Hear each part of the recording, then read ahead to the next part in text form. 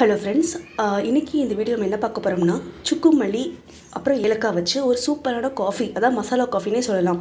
அது வந்து எதுக்கு ரொம்ப நல்லது அப்படின்னா, காஃப் இருந்தாலோ கோல்டு இருந்தாலோ இல்லை தொண்டை கரகரப்பு இருந்தாலும் இந்த காஃபி குடித்தா ரொம்பவே நல்லது.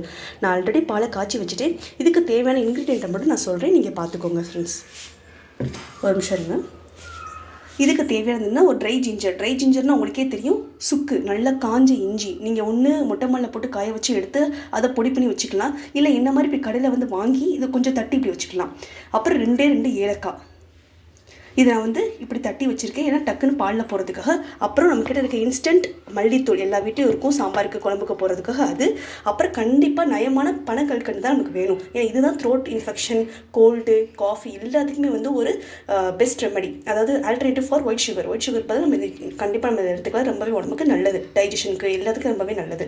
இப்போ நம்ம இதை செய்யலாம். இவ்வளோ தான் இன்க்ரீடியண்ட்டு. இப்போ பாலை நம்ம அடுப்பில் வச்சாச்சு. ஏற்கனவே வந்து பால் நல்லா கொதிச்சிருச்சு.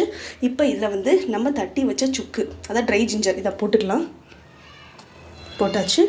அப்புறம் 2 ஏலக்காய் நல்லா தட்டி வச்சுருக்கேன்.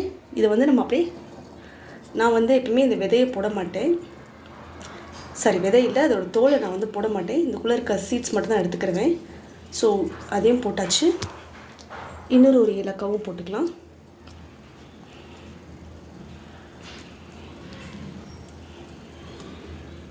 இந்த காஃபி கண்டிப்பாக ட்ரை பண்ணி பாருங்கள் ஃப்ரெண்ட்ஸ். இது இன்ஸ்டண்ட்டாக பண்ணக்கூடிய ஒரு காஃபி, ரொம்பவே வந்து ஹெல்த் பெனிஃபிட் நிறைஞ்சது. கண்டிப்பாக ட்ரை பண்ணுங்கள். அடுத்து நம்ம இந்த ஸ்பூனில் வந்து ஒரு 1/2 ஸ்பூன் எடுத்துக்கலாம். இது போதுமான அளவுக்கு இருக்கும். ஏன் இது டீஸ்பூன் அளவுக்கு தான், 1 டீஸ்பூனாக கரெக்டாக இருக்கும். Okay friends. அடுத்து இந்த டீஸ்பூனில் வந்து ஒரு 2 ஸ்பூன், இல்லை நம்ம இனிப்புக்கு ஏற்ற மாதிரி உங்களுக்கு எந்த டேஸ்ட் பிடிக்குதோ அந்த அளவுக்கு. ஓகே,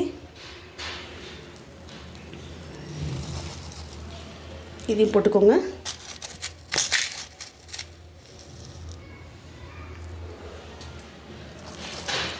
நான் கொஞ்சம் இனிப்பு கொஞ்சம் ஜாஸ்தியாக இருக்கிறதுக்காக கொஞ்சம் அதிகமாக போடுறேன்.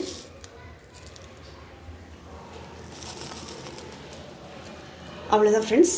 ஒரு ஸ்பூனை வச்சு நல்லா அப்படி கலக்கி விட்டுருங்க.